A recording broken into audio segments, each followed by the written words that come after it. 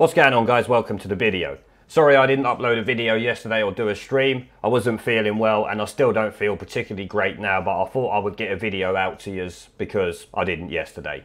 Now we are going to take a look at a short clip from Ian Duncan Smith's interview on Talk Radio earlier today with Julia Hartley-Brewer, discussing John Major jumping in with Gina Miller on her court appeal against Boris proroguing Parliament. So let's check out what he had to say. Let's talk about the significance of a former Conservative Prime Minister going to the Supreme Court to accuse the current Conservative Prime Minister of dishonesty in proroguing Parliament. What do you, as a former Tory party leader yourself, make of it?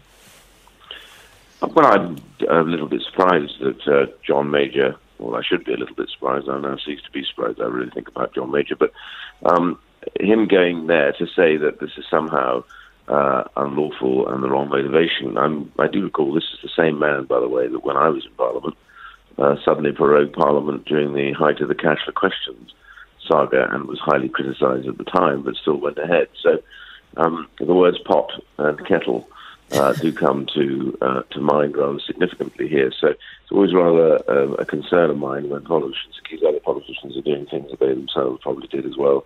It tends to make it rather ludicrous. I think the truth is, this whole court saga is in an area that I don't think they should be, because had Parliament ever wanted to curtail these prerogative powers, which are part of the government in Parliament's authority, then they could have legislated. The only time I believe that the Supreme Court can enter the debate is when there's defined legislation as to the limits and extent of powers of government. This is not defined by statute, and that means that the courts themselves would be wrong to enter into this, and I think the High Court was correct. So there you heard it. Ian Duncan Smith thinks it's ludicrous, but ludicrous is a bit of a nice way of putting it. He really should have started taking him to task, because it's completely unbelievable at the end of the day. You heard him say during the interview, I do recall the same man, by the way, that when I was in Parliament suddenly prorogued it during the height of the Cash for Questions saga and was highly criticised at the time, but still went ahead. As we all know, I've mentioned it in videos months ago when it was brought up about prorogation and how terrible it was. I did some research and found out it was done in 1997, so not that long ago really. But the Express have also picked up on this and essentially saying this pretty much the same thing as the last article did, if not adding a little bit more. But their article does have a video of David Starkey appearing, calling out John Major, who used prorogation in a contemptible way, namely, as I've said, avoiding scrutiny over Cash for Questions.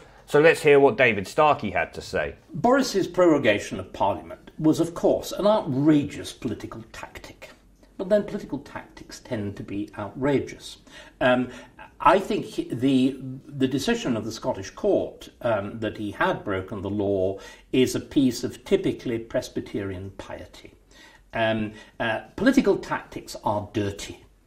The decisions of the court in Belfast, the lower court, the single judge in Scotland, and of the English High Court, and remember that verdict of the English High Court, decision of the English High Court, was given by the most senior members of the current judiciary. It was the Lord Chief Justice, it was the Master of the Rolls, and it was the head, I think, of the Chancery Division. I mean, just as heavyweight as you can be. And what all of them said was that there is a distinction between the law that applies to all of us about conducting good office and whatever, and the tactics of politics. And that for the law to get involved in that is desperately dangerous. There is also, of course, abundant precedent for the use of the proroguing of Parliament for political tactics. The man, curiously, who is putting the case, the ridiculous John Major, he wearing his underpants outside his trousers, in those wonderful Guardian cartoons, he used it in a really, in a sense, contemptible way to stop the whole business of the report on the Cash for Questions scandal becoming involved in a general election. So there you see it. Even David Starkey points it out. So if no one believed me, they should believe David Starkey, because the guy knows what he's talking about. Now, John Major's not going to appear at the Supreme Court himself, he's going to send his lawyers. The article even says it. Mr Major will not address the court himself, but his lawyers will put forward his argument that the suspension was motivated by Mr Johnson's political interest in closing down Parliament ahead of the UK's planned exit from the European Union on October the 31st. He knows that the government lawyers are going to point out that he prorogued it for cash for questions, and he don't want to be their cameras looking at him looking like a complete tit. But I'm glad Iain Duncan Smith has come out and once again rubbish John Major, because he did it also on the BBC recently, if memory serves. But I'm going to end the video there, guys. I just wanted to bring you this quick one, and once again say sorry for not making a video yesterday or doing a live stream. I will try and do a live stream tonight. I will see how I feel, because I still feel a bit rough right now. Anyway, I want to thank the channel's PayPal, Patreon and Subscribe Star members for supporting the channel, along with everyone who watches my videos. Remember to let me know what you guys think down in the comments section below. Leave a like, subscribe with the notification bell and share this video as it helps the channel a lot. And I will see you all in the next one.